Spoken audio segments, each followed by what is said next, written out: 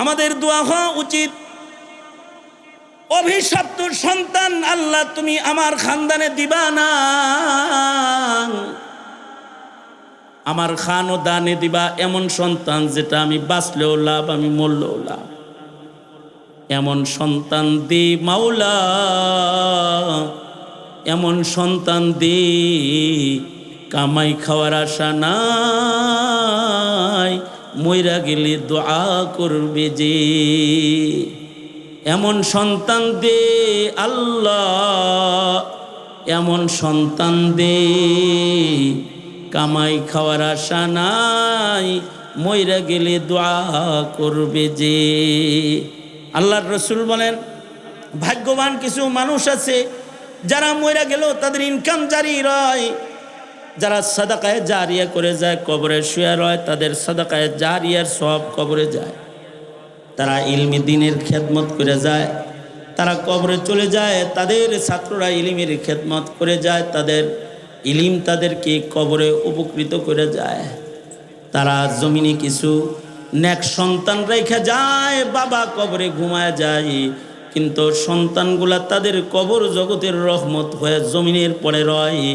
সন্তানগুলা বাবার জন্য ইয়াদউ লাহু, বাবার জন্য মহান রবের কাছে হাত পাইতা পাইতা তারা নাজাতের দোয়া করে যায়। সুবহানাল্লাহ। কারণ মা বাবার দোয়া যেমন সন্তানের জন্য উপকারী, সন্তানের দোয়াও পিতামাতার জন্য উপকারী। এ কারণে নেক সন্তান জরুরত সবার ঘরে ঘরে। দিবেন কে? জোরে আওয়াজ করে বলেন, দিবেন কে? চাইতে হইব কার কাছে? আল্লাহর কাছে। যদি পায়া যায় কেউ একটা নেক সন্তান, তাহলে তার দুনিয়া হয় এই সন্তানটা কুররাতা আয়ুন, চোখের শীতলতা, হৃদয়ের শান্তি। তার আখের জীবনে হয় সন্তান তার খেদমতের ধন, হাতের লাঠি। আর কবর জগতে হয় সন্তান তার ইসালে সব পাঠানোর দরওয়াজা। হাসরের মাঠে হয়ে যায় এ সন্তান তার মর্যাদা বৃদ্ধির কারণ।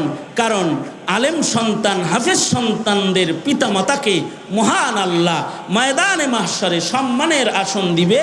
হাফিজুল কোরআনের বাবা মাকে নূরের তাজ পড়ায় আল্লাহ সম্মান দিবে, যে তাজের আলো সূর্যের আলোর চাইতে ভালো হবে। কিসের কারণে সম্মান পাবে? সন্তানের কারণে সম্মান পাবে। সৌদি আরবে একটা পত্রিকা বের হয়, আর রিয়াদ পত্রিকাটার নাম। এই আর রিয়াদ পত্রিকার ভেতরে এক বিচারপতির সাক্ষাৎকার ছাপছে। এই সাক্ষাৎকার পড়ে গোটা আরব কেঁদেছে। একটা আজব করুণ সাক্ষাৎকার। বিচারপতি সাক্ষাৎকারে বলেছে, গত এত তারিখে একটা বিচার আমার আদালতে আসছে, যেই বিচার করতে গিয়ে আমি কেঁদেছি, আমার কান্না এখনো বন্ধ হয় না। ভাবলাম বিচারের চিত্রটা জাতির কাছে একটু পেশ করি। বিচারপতি সাক্ষাৎকারে বলছে, একটা মামলা আমার আদালতে আসছে, যে মামলাটা দিয়েছে ছোট ভাই বড় ভাইয়ের নামে। আমার দেশে যদি ছোট ভাই বড় ভাইয়ের নামে মামলা দেয়, তাহলে মামলা হয় এগুলো এরকম।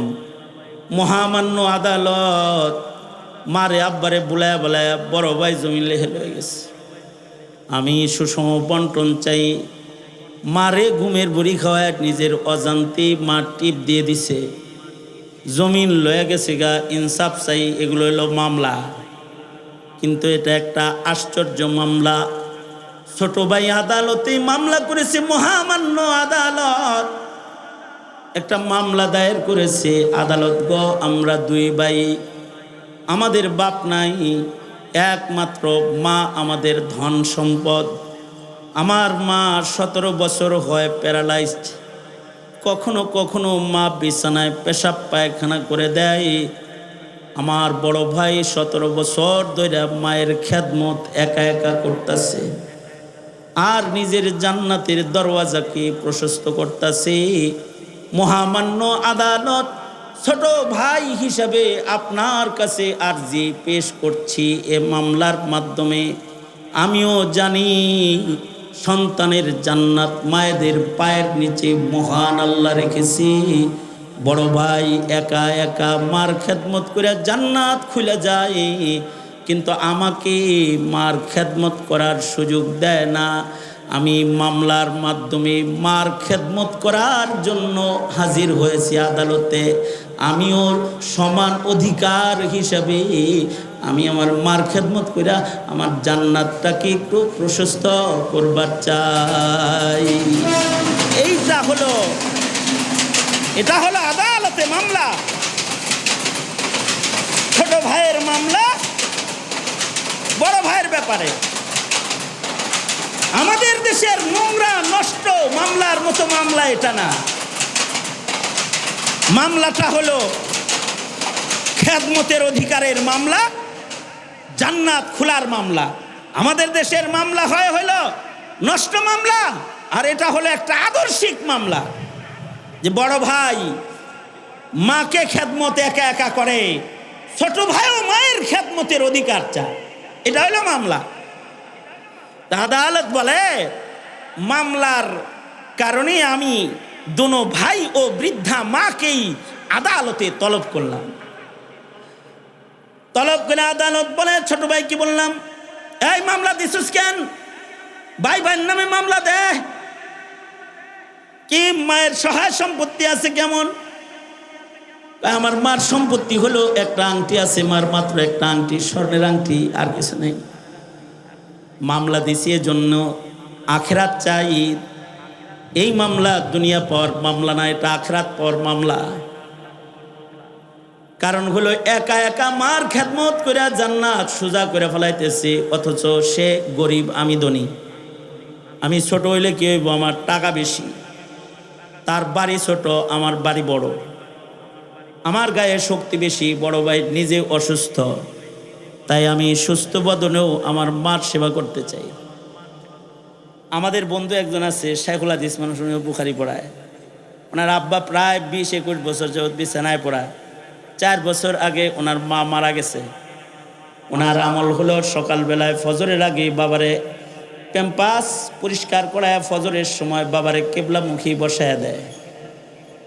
আবার সন্ধ্যাবেলায় মাদ্রাসা থেকে যায় বাবার প্যাম্পাস খুলে বাবারে পরিষ্কার করে দেয়।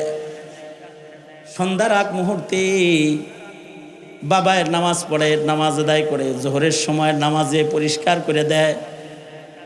আবার মাগরিব এশা পড়ে যখন আবার কাপড় নষ্ট করে ফেলে, ফজরের পরে আবার যায় কাপড় টাপড় সাফ করে দেয়। একদিন আমার মাদ্রাসায় এসে বলতেছে, ভাই কোমরের এই জায়গাটায় প্রচণ্ড ভীষণ ব্যথা। আমি বললাম, ব্যথা কেন, কি হয়েছে? আব্বার এক হাত এক পা তো ফুল অচল, আর এক পায়ে কিছুটা শক্তি আছে। আব্বারে ধরতে খেদমত করার সময় একটু আব্বা ব্যথা পাইছে, আর আব্বা আমাকে আব্বার যে পায়ে শক্তি আছে এটা দিয়ে আমার এক লাথি মারছে। এমন লাথি মারছে যে আমি মানুষ বা আব্বারে উঠাইতে যায় এমনি কোমরে ব্যথা পাই, লাথি মারছে কোমরে, তো কোমর ব্যথা হয়ে গেছে। আমি বললাম, শাইখুল হাদিস সাহেব কেমন লাগতেছে আপনার লাথিটা খায়া? তো খুব ভাল লাগতেছে, ছোটবেলায় যে কত লাথি বাবারে দিছি। আমি বললাম, লাথি খাওয়ার পরে আপনি কি করলেন? যে পায়ের দ্বারা আব্বা লাথি মারছে, আব্বার ওই পাটা ধইরা আমি একটু চুমা দিছি। আব্বা এই দৃশ্য দেখা আমার পাগল হয়ে গেছে, অচল হাত দিয়া আমার এই জড়ায়া ধরছে। আমি যে তার লাথি খায়া তার পায়ে চুম্বন করেছি, আব্বা প্রাণ উজাড় করে আজকে আমার একটা দোয়া দিছে। বুখারী পড়ায় মুফাসসির মানুষ, নাম বললে চিনে ফেলবেন, নাম বলতে চাই না। এগুলো হলো আদর্শ সন্তান, কুররাতু আয়ুন, এরা চোখের শীতলতার সন্তান।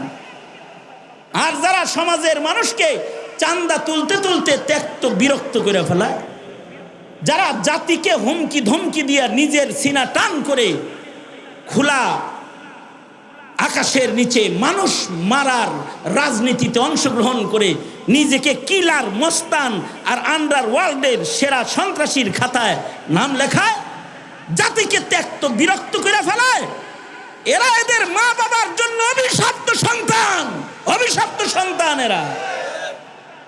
এ কারণে আল্লাহ বলে, আমার কাছে তোমরা নেক সন্তান চাও। আদালত বলে, বড় ভাইরে বললাম ছোট ভাই মামলা করছে, তুমি তোমার মাকে ছোট ভাইয়ের ঘরে দেও না কেন, কারণ কি? বড় ভাই চোখের পানি ছেড়ে দিয়া বলে, আদালত, ও ছোট মানুষ, আমি দীর্ঘদিন মার পেশাব পায়খানা সাফ করতে করতে আমার একটা অভ্যাস হয়েছে, এগুলো আর বন্ধ করে না আমার কাছে। হঠাৎ করে যদি মাটারে ওর ঘরে দেই, খেদমত করতে যায়, কোনো কারণে যদি ও মারে কষ্ট দিয়ে ফেলায়, বৃদ্ধা মা আমার কষ্ট পাওয়া যাবে, এ কারণে ওর কষ্ট হবে, মায়ের কষ্ট হবে চিন্তা কইরা অসুস্থ বদনেই মার খেদমত করে যাই, মাকে ওর ঘরে দেই না। আদালতে দুই ভাই যখন দাবি পেশ করেছে, আদালত বলে, আমি বুড়া মারে বললাম, মা তুমি কোন সন্তানের ঘরে থেকে শান্তি পাবে গো মা? তুমি যার ঘরে থাকতে চাও তার কথা আমি কাগজে আদালত থেকে লিখে দিব। আদালত বলে, আমি এই কথা বললে মা একবার ছোট ছেলের দিকে তাকায়, একবার বড় ছেলের দিকে তাকায়। ছোট ছেলেও হাত জোর করে কান্দে আর কয়, মা আমার নাম বাদ দিও না। আর বড় ছেলেও কান্দে আর কয়, মা আমার নামটা কাইটা দিও না।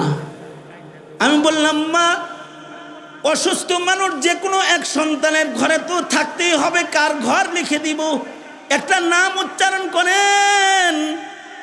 মা আদালতে দাঁড়ায় বলে, মহামান্য আদালত, দুনিয়ার আদালতে আমার কোন সন্তানের নাম উচ্চারণ কইরা এক সন্তানের সামনে আর এক সন্তানরে আমি খাটো করতে চাই না। আমার দুটোটা হীরার টুকরা সন্তান, আপনি যার ঘরে আমাকে দিবেন তার ঘরে আমি থাকব। আমি মায়ের কাছে আমার দুটো সন্তান সমান। আদালত বলে, মা যখন এমন অপারগতা প্রকাশ করলো, আমি শরঈ ফয়সালা পেশ করতে, ইনসাফ কায়েম করতে বললাম, ছোট ভাই যাও, তোমার টাকা বেশি, তোমার গায়ে শক্তি বেশি, খেদমতের কামনায় মামলা তুমি করেছো, তোমার মাকে তোমার ঘরে খেদমতের জন্য আপাতত দিয়ে দিলাম, কিন্তু তুমি বড় ভাইয়ের দরজায় দাঁড়াইলে বড় ভাই তোমাকে নিরাশ করেছে। তোমার ভাই কখনো তোমার দরজায় দাঁড়ায় তার মাকে নিজের ঘরে 2-4 দিনের জন্য যদি নিয়ে যেতে চায় আর দরজায় দাঁড়ায়, বাধা দিবা না, নিজের কোলে কইরা মা তাকে বড় ভাইয়ের ঘরেও 2-4 দিনের জন্য দিয়ে আইসো। আদালত বলে, একটা মায়ের ঘরে যখন এমন 2টা কলিজার টুকরা সন্তান, হায় রে, সব ঘরে এমন 2টা সন্তান লাগে না। দুনিয়ার সব মা বাপ যদি এমন একটা কইরা এক সন্তান পাইতো, তাহলে দুনিয়ার কোনো মাকে বৃদ্ধাশ্রমে সময় কাটাতে হতো না, কোনো মাকে ভিক্ষার ঝুলে নিয়ে সন্তান থাকতে মানুষের দ্বারে দ্বারে ঘুরতে হতো না, কোনো মাকে দরজা বন্ধ কইরা চোখের পানি মা বাবাকে ফেলতে হইতো না। এ কারণে আল্লাহ বলে, এরকম নেক সন্তান তোমরা গোলামেরা আমার কাছে কামনা করো। রব্বানা হাবলানা মিন আজওয়াজিনা ওয়া যুররিয়াতিনা কুররাতা আয়ুন ওয়াজআলনা লিল মুত্তাকিনা ইমামা। একটা ভালো সন্তান পিতা মাতার শেষ জীবনের সবচেয়ে উত্তম সম্বল। যদি এরকম একটা সন্তান কারোর ঘরে থাকে, তার ঘর যদি বিল্ডিং নাও হয়, যদি বৃষ্টি এলে তার ঘরে যদি পানিও ঝরে, তো তার ঘরটা সুখের ঘরে রূপান্তরিত হয়।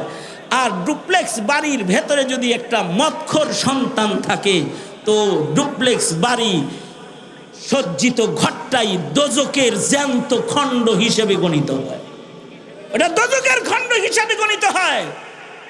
এ কারণে আল্লাহর কাছে প্রতিটি পিতামাতার দায়িত্ব হলো নেক সন্তান চাবে, ইনশাআল্লাহ। আর আপনারা তো মানে একটা কথা বলে শেষ দিয়ে দিই, যাদের ঘরে সন্তান আছে, সেটা হলো হাকিমুল উম্মত থানভী রহমতুল্লাহ আলাইহি বলেন, পিতা মোট 3 প্রকার। পিতা মোট কয় প্রকার? 3 প্রকার। এক প্রকারের পিতা হলো আল্লাহর কাছে পছন্দনীয় পিতা, আর 2 প্রকারের পিতা হলো নিকৃষ্ট পিতা। এক প্রকারের পিতা হলো তারা সন্তান জন্ম দেয় কিন্তু সন্তানকে বড় হয়ে গেলে রাস্তায় ছেড়ে দেয়। এটা কি রেল স্টেশনে গাঞ্জা খায়, নাকি মদ খায়, নাকি এটা চুরি করে রাত্রিবেলায়, নাকি এটা জেনা করে, নাকি এটা দুষ্ট কিশোর গ্যাংয়ের সদস্য? এটা কোন পথে হাঁটতেছে, কি করতেছে? এইটা চিন্তা ভাবনা করার মানসিকতা যে বাবার নাই। এ বাবা সন্তান জন্ম দিয়ে রাস্তায় ছেড়ে দিয়েছে, ও পিতৃ নামের কলঙ্কিত পিতাও কলঙ্কজনক অধ্যায় রচনা করেছে যে নিজের সন্তানকে রাস্তায় ছেড়ে দিয়েছে। হাকিম মোহাম্মদ থানভী বলেন আর এক প্রকারের বাপ আছে যে বাপগুলা সন্তানদেরকে আদর করতে যায় বেশি আদর করে। উনি বুঝাইতে যায় বুঝাইছেন যে এক লোক পাখি পালে, এত রসিক পাখি পালনেওয়ালা যে সোনার খাঁচায় পাখি পালে, মানে তারের খাঁচা না, যেই তারের খাঁচা না, স্বর্ণের খাঁচার ভিতরে পাখি পালে। আবার পাখির খাবার খাওয়ার ট্রেটাও স্বর্ণ দিয়ে বানায় দিছে, পাখি পান করার পিয়ালাটাও স্বর্ণের বানাইছে, পাখিটা আরাম করবে এটার তার ডাল বানাইছে খাঁচার ভিতরে, এটাও স্বর্ণ দিয়ে দিছে। এত শৌখিন পাখি লালন পালনকারী।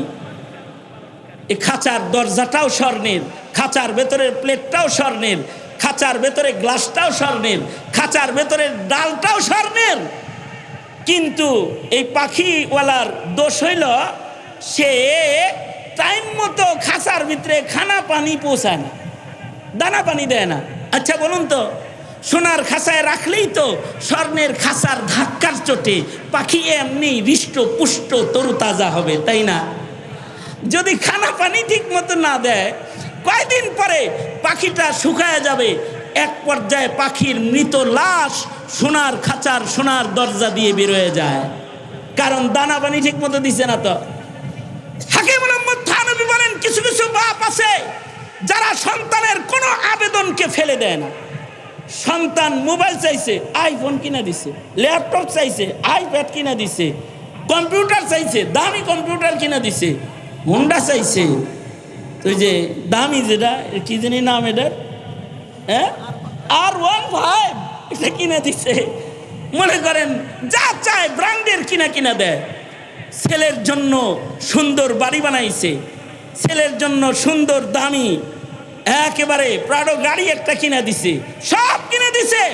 ছেলেকে ডক্টরেট ডিগ্রি অর্জন করানোর জন্য বিদেশ পাঠাইছে, কিন্তু ছেলেকে দিন দেয় নাই, ইমান দেয় নাই, নবী চিনায় নাই, খাতমে নবুয়াত চিনায় নাই, শানের সালাত চিনায় নাই, ইসলামের আহকাম বুঝায় নাই, সালাওয়াতুল্লাহ বুঝায় নাই, কিতাবুল্লাহ বুঝায় নাই, রসুল্লাহ বুঝায় নাই, রিজালুল্লাহ চিনায় নাই, আলেম চিনায় নাই, আর জালেমও চিনায় নাই। এগুলো যখন চিনায় নাই, হালাল হারাম যখন চিনায় নাই, তখন এটা শিক্ষিত হয় বটে, ডিগ্রিধারী শয়তান হয়। এটা হয় শিক্ষিত চোর, শিক্ষিত ডাকাত, শিক্ষিত খুনি, এটা হয় শিক্ষিত সন্ত্রাসীর খাতায় এটার নাম যায়। এটা শিক্ষিত নামের শিক্ষিত শয়তানে রূপান্তরিত হয়। আর এক সময় মুসলিম ঘরে জন্ম নিয়ে, ইসলামের ঘরে জন্মগ্রহণ করেও সে ইমান আকিদার শিক্ষার অভাবে সে আসাদ নূরের দলে গিয়ে শাহবাগী হয়ে যায়, অথবা নাস্তিক হয়ে যায়, মোরতাদ হয়ে যায়, বেঈমানের খাতায় তার নাম চলে যায়। কারণ কি তার ঈমান রক্ষা হবে আর কিভাবে তার ঈমান নষ্ট হবে, এই ইলম তো তার বাবা মা তাকে দেয় নাই। এমন পিতা সমাজে আছে না নাই? জোরে আওয়াজ করে বলেন।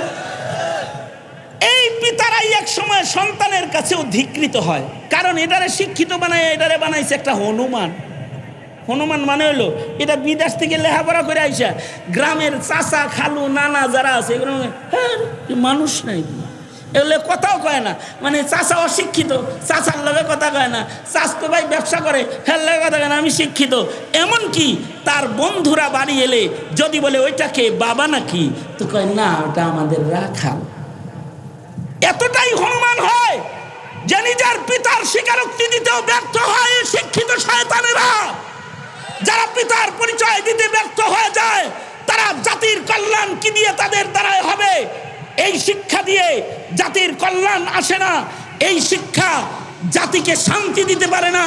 শুধু দেশের বাতাস, আলো বাতাস আলোকিত দেশ গড়ার, ডিজিটাল দেশ গড়ার স্বপ্ন দেখাইতে পারে, কিন্তু শান্তির সমাজ উপহার দেওয়ার যোগ্যতা এমন কুসন্তানদের দ্বারা হয় না, হবে না, হতে পারে না, হতে পারে না। এটা এর জন্য লাগবে যোগ্য সন্তান। এ কারণে পেটে সন্তান হইলে এটারে গোনাও যায় না। হযরত থানভী বলেন এটাও কুখ্যাত পিতা। বিখ্যাত পিতা কোনটা? যেই সন্তানকে পিতারা লুকমানের মতো দিন শিখাইছে, তাদেরকে দুনিয়া না দিলেও দিন দিয়ে গেছে, ঈমান দিয়ে গেছে, ইসলাম দিয়ে গেছে। এই পিতারা হলো আল্লাহর কাছে উসমানের মতো আর লুকমান আলাইহিস সালামের মতো গর্বিত পিতা। এরা সন্তানদেরকে দিন দিয়ে গেছে। আমি আরেকটা গল্প বলে শেষ করে দিই। সেটা হলো, আমি হজের সফরে আছি, এক চাচা আমার লগে হজে আছে। তো ওনার মেয়ের জামাই নাস্তা নিয়ে আমার রুমে ঢুকছে। তো উনি ওনার মেয়ের জামাইয়ের সাথে আমার পরিচয় করাইতেছে, হুজুর এটা আমার ছোট মেয়ের জামাই। আমি তো হেরে দেখি আরিফ জব্বার সাহেবের মতো সেগুলা দিস মনে করছি, এই দাড়ি, এ পাগড়ি, সুন্দর লেবাস। আমি জিগাইলাম, ভাই জান আপনি কোন মাদ্রাসার খাদেম? তো সে বলে, হুজুর আমি একজন ইঞ্জিনিয়ার, আমি আলেম না, তবে দাওয়াত তাবলীগের নিসবতে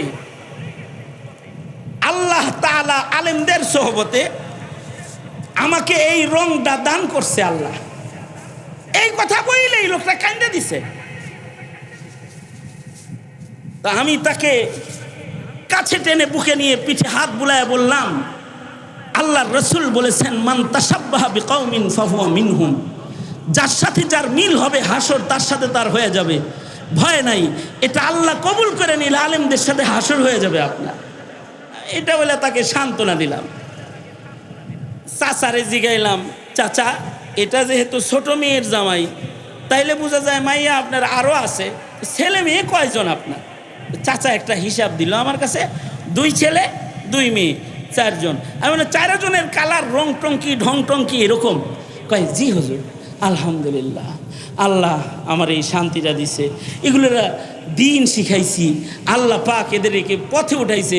এরা জায়েজ না জায়েজ বুঝে, হালাল হারাম বুঝে, ঘরের ভিতরে গান বাদ্য নাই, নাটক সিনেমা নাই। চাচার শান্তি এটা, পর্দা পুশিদা আছে, এরা সুন্নতি সাজে সজ্জিত, এটা চাচার শান্তি। আপনাদের এই শান্তিটুকু যারাই সরকারে আসে ওরা চায় না। আওয়ামী লীগ 20 বছর চায় নাই। আপনার সন্তানকে ধর্ম না শিখায় পূজা শিখাইছে, মসজিদে যাইতে একবারও বলে নাই, মন্দিরে যাইতে বারবার বলেছে। আর এ হাসিনারে তারা এখন যারা ক্ষমতায় বসায় রাখছেন না, ডক্টর ইউনূস সাহেব, উনি তো আপনার ছেলেকে মন্দির বানাইতে চায় না, খালি মন্দিরে পাঠাইতে চায় না, আপনার ঘরকে মন্দির বানাতে চায়। এ কারণে উনি প্রতিবেদন জারি করেছে, শিক্ষক নিয়োগ, গানের স্কুলে স্কুলে গানের শিক্ষক নিয়োগ দিবে। স্কুলে স্কুলে যদি গানের শিক্ষক নিয়োগ দেয়, আরে আমরা তো মৌলবীরা আন্দোলন করে আসতেছি, হেফাজত আন্দোলন করে আসতেছে, প্রত্যেকটি স্কুলে ধর্ম শিক্ষক নিয়োগ দিতে হবে, কারণ আমরা আমাদের সন্তানদের ঈমান বাঁচাইতে চাই। কি বলেন, ঠিক না? ঠিক ধরে বলেন, আমরা তো ঈমান বাঁচাইতে চাই, আমরা ধর্মীয় শিক্ষক চাই। যুগের পর যুগ ধরে আন্দোলন করে যেতেছি আমরা। আর উনি প্রতিবেদন জারি করেছেন যে গানের শিক্ষক নিয়োগ দিবেন। গানের শিক্ষক যদি নিয়োগ দেয় তাহলে কি হবে, বিষয়টা কি হবে? গানের শিক্ষক নিয়োগ দিলে পরে বিষয়টা হবে এই যে আপনার সন্তান এখন বাড়ি এসে আপনাকে বলে, আব্বু কলম কিনে দেন, খাতা কিনে দেন, রং পেন্সিল কিনে দেন, জ্যামিতি বক্স কিনে দেন, স্কুল ব্যাগ কিনে দেন, এগুলো বলে না? কিন্তু এরপরে এই শিক্ষকটা নিয়োগ দিলে আপনার সন্তান বলবে, আব্বু একটা বাঁশি কিনে দেন, একটা গিটার কিনে দেন, একটা একতারা, একটা দুতারা, একটা হারমোনি, একটা ঢোল তবলা কিনে দেন। তার মানে হলো মুসলমান তোমার ঘরটাকেই মন্দির বানাইবার চক্রান্ত করতেছে শয়তানের দলেরা। কাকে সরকারের চেয়ারে বসাও, আন্দাজ করো, ভবিষ্যৎ সময়গুলো সতর্ক হও। এরা তো আমাদের গোটা মুসলিম সমাজকে নষ্ট করে দিতে চায়, অথচ যাকে তাকে কি সন্তান হিসেবে গোনা যায়? যার তার দ্বারাই কি ঘর সুখের ঘর হয়? কখনো কখনো সন্তান দিয়া ঘরের ভেতরে দুঃখের দাবানল জ্বলে যায়। চাচা তো বুকে হাত দিয়া কয়, আলহামদুলিল্লাহ, গান নাই, বাদ্য নাই, নাটক নাই, সিনেমা নাই, কিছু নাই, আলহামদুলিল্লাহ হুজুর, আল্লাহ খুব ভালো রাখছে, এরকম একটা শুকরিয়া আদায় করছে। উনি তো শুকরিয়া আদায় করতেছে। জামাই আমারে কানে কানে কয়, আব্বা কাটটা মিশা কথা কইতেছে একটা। আমি কি মিথ্যা কথা বলছে? কয় হিসাব দিল না আপনার কাছে, 2 ছেলে 2 মেয়ে। ওনার 3 ছেলে 2 মেয়ে, একটা বাদ দেন হয়েছে। আমি বললাম, চাচা আপাতত যেখানে আছেন এটা মক্কাতুল মুকাররমা এর নাম। কোন নেকির কাজ করলে লাখ গুণ বেশি সওয়াব হয়ে যায়। 1 রাকাত নামাজ পড়লে 1 লাখ রাকাতের সওয়াব। যে কোনো নেকির কাজ এখানে অনেক দাম। কাবা ঘরের পাশে মক্কার জমিনে বয়ে বয়ে এরকম মিছা কথা কান কেরে? কি মিছা কথা কইছি? আপনি বললেন 2 ছেলে 2 মেয়ে, আপনার জামাই কয় 3 ছেলে 2 মেয়ে। মিছা হইল না এটা? না, মিছা হয় নাই, লাইন মতো কাম করছি। এগুলো নিজের সন্তান রে বাদ দিলেন কেন?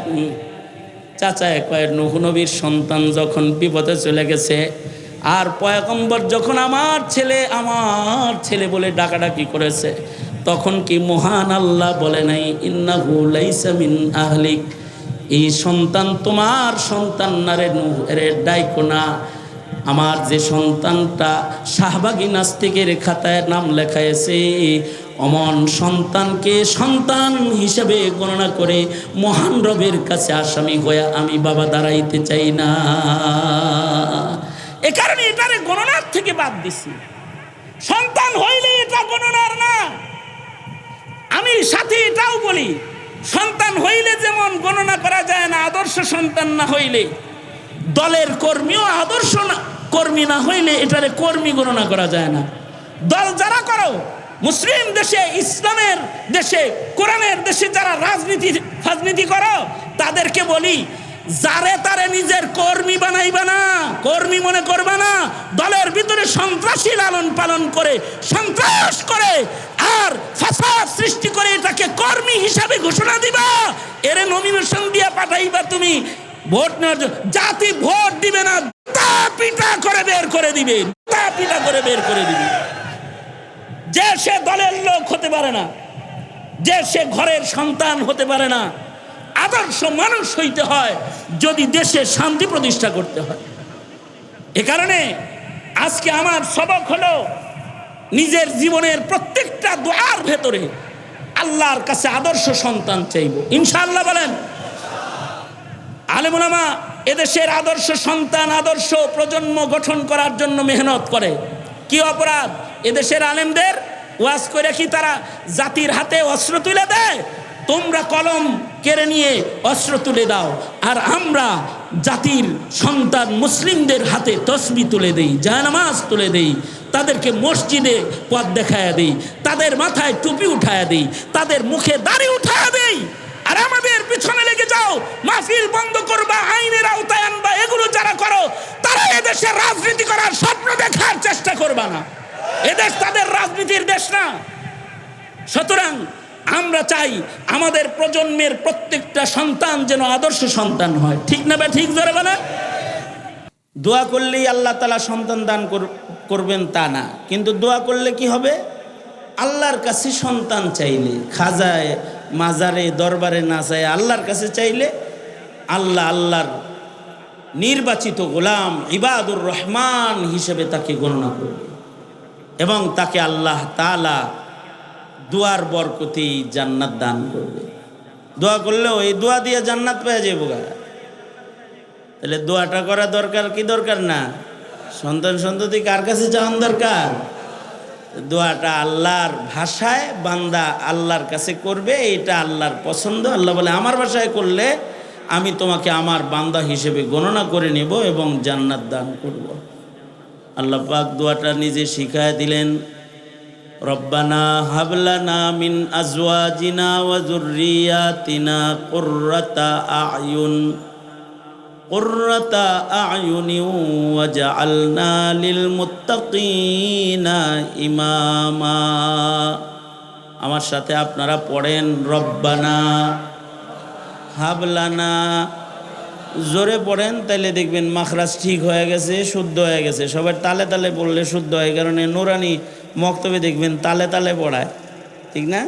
মক্তবে গেলে তালে তালে পড়ায় না, তালে তালে পড়াইলে শুদ্ধ হয়, তাড়াতাড়ি জপ্ত হয়, দিলের ভেতরে বসে যায়। জোরে করে পড়েন, রব্বানা হাবলানা মিন আজওয়াজিনা ওয়া যুররিয়াতিনা কুররাতা আয়ুন ওয়াজআলনা লিল মুত্তাকিনা ইমামা।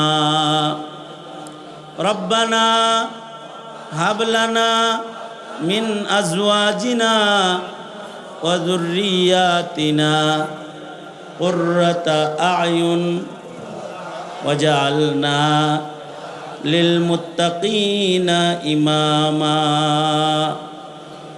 আল্লাহর কাছে বলবে, ওগো আল্লাহ, ও আমার মালিক, আপনি আমার বিবি থেকে আমার নসলে আমাকে এমন সন্তান দান করেন যে সন্তান দেখে আমার চোখ জোড়াবে, চক্ষু শীতল হয়ে যাবে, যে সন্তান হবে মুত্তাকিদের লিডার, সর্দার। এমন সন্তান দিবা যেন সেই নেককারদের সর্দার হয়। আমাকে আমার সন্তানকে মুত্তাকিদের লিডার বানায় দাও।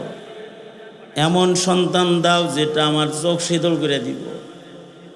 তার মানে দুই প্রকারের সন্তান দুনিয়াতে আছে। এক প্রকারের সন্তান মা বাবার চোখের অশ্রু ঝরায়, কাদায়। আর এক প্রকারের সন্তান দিয়া মা বাবার চোখ ঠান্ডা হয়ে যায়, চক্ষু শীতল হয়ে যায়। এক প্রকারের সন্তান আছে যারা গাঁজাখোরদের লিডার হয়ে যায়, মদখোরদের সর্দার হয়ে যায়, বাজারের চান্দাবাজ হয়ে যায়, আছে না নাই?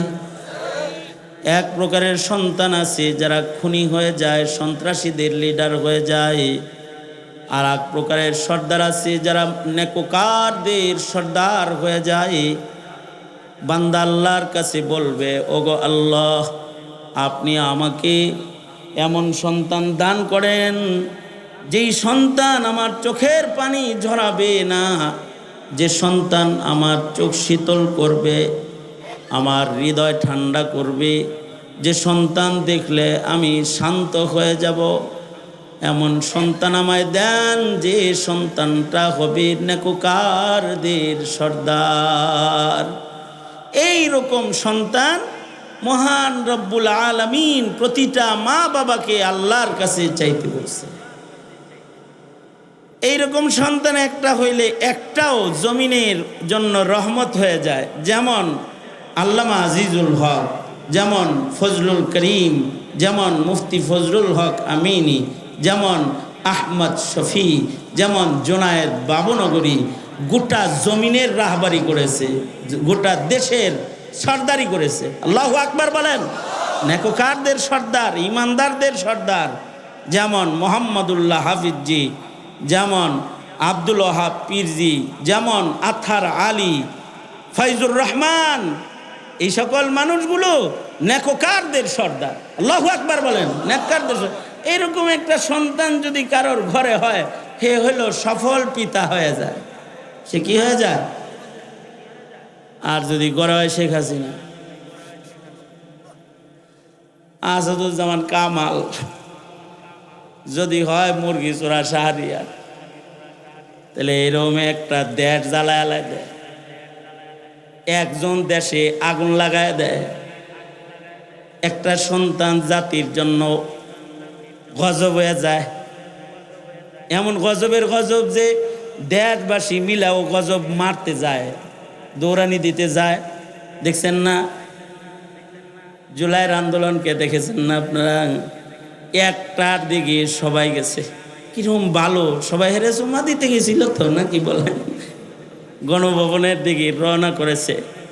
এমন অভিশপ্ত যে তার দিকে গোটা দেশ অগ্নিশর্মা হয়ে সামনে গেছে। আর এই অভিশপ্ত শেষ বেলায় জান বাঁচাইতে দেশ ছেড়ে পালাইছে। জননী জননী জননী বয়ে থাকতা তোমার ছেলেরা তোমার কিরম আদর করে দেহন যাইত। এখনো যদি গণভবনের পাশ দিয়ে হেঁটে যাই, আর যখন দেখি যে গণভবনের ইট উট সব খুলে লয়ে গেছে, এখন বেড়া দিয়ে রাখছে স্টিল দিয়া, এগুলো যেদিন দেখা গেছে ততদিন মনে হয়েছে যেই জাতি গণভবনের ইট উট খোলায় নিল, এটা যদি কোনো রকমে যায় শেখ হাসিনারে পাইতো এখানে, তাহলে ইট না শেখ হাসিনার গায়ের চামড়া ছিলে ফেলতো, জ্যান্ত চামড়া খুলে ফেলতো। এত অভিশপ্ত। মনে মনে ভাবতে পারেন হুজুর এত খাবা না, আমি খাবাবো না, তুমি খাপাবে, তুমি জেলখানায় ছিলা। আমি 1 বছর জেলখানায় ছিলাম। হাসিনার জেলখানার কালার কি রং কি এটা আমি দেখেছি। বারহাল ওগুলো বলতে চাই না, আমি কোনো রাজনীতি করতে আইনি, আমি একটা সবক আপনাদেরকে শিখাইতে আইছি। আর আমি রাজনীতি করি টরিও না, কোনো দল করি না, আমি দলীয় রাজনীতির সাথে আমার সম্পৃক্ততা নাই। হেফাজতে ইসলামের কিছু গুরুত্বপূর্ণ দায়িত্ব পালন করার অপরাধে শেখ হাসিনা আমার জেলখানায় ঢুকায় রাখছে। শুধু ঢুকায় রাখে নাই, রশি দিয়া বাইন্দা রাখছে, হাসপাতালে রাখছি তাও বাইন্দা রাখছে। আমার মনে হয় যে আমি কোনো দৌড় টোড় দিব, অথচ আমার হাত ভাঙ্গা পাও ভাঙ্গা। আল্লাহ তাআলা কিসমতে রেখেছিলেন, হয়েছে যা হওয়ার। ওলামায়ে কেরামকে জেলে পাঠাইছে, এর কারণে এই জমিন তাকে বমি করে ইন্ডিয়া পাঠায় দিছে। যাও যার গোলামি করো তার কাছে যায় থাকো। তো আপাতত ইন্ডিয়াতে আছে, গোলাম যার তার কাছে আছে, মুদির গোলাম মুদির কাছে আছে। এদেশ তো মুদির না, এদেশ শাহজালালের, শাহ মাখদুমের, আলেমদের দেশ। এটা মুসলমানের দ্বিতীয় বৃহত্তর মুসলমানের দেশ বাংলাদেশ। এখানে হিন্দুত্ববাদ এর বীজ বপনের স্বপ্ন কেউ দেখলে তাকে এভাবেই তাড়ায় দেওয়া হবে। যে কোনো কুফরি মতবাদ বপনের স্বপ্ন কেউ দেখবে, ঘাড় ধরে বের করে দেওয়া হবে, তাকে ঘাড় ধরে বের করে দেওয়া হবে। এটা মুসলমানের মাটি, ইসলামের ঘাঁটি। বাহরহাল ওগুলো কথা না, আমার কথা তো ওইটা যে আমাদের দোয়া কি হওয়া উচিত।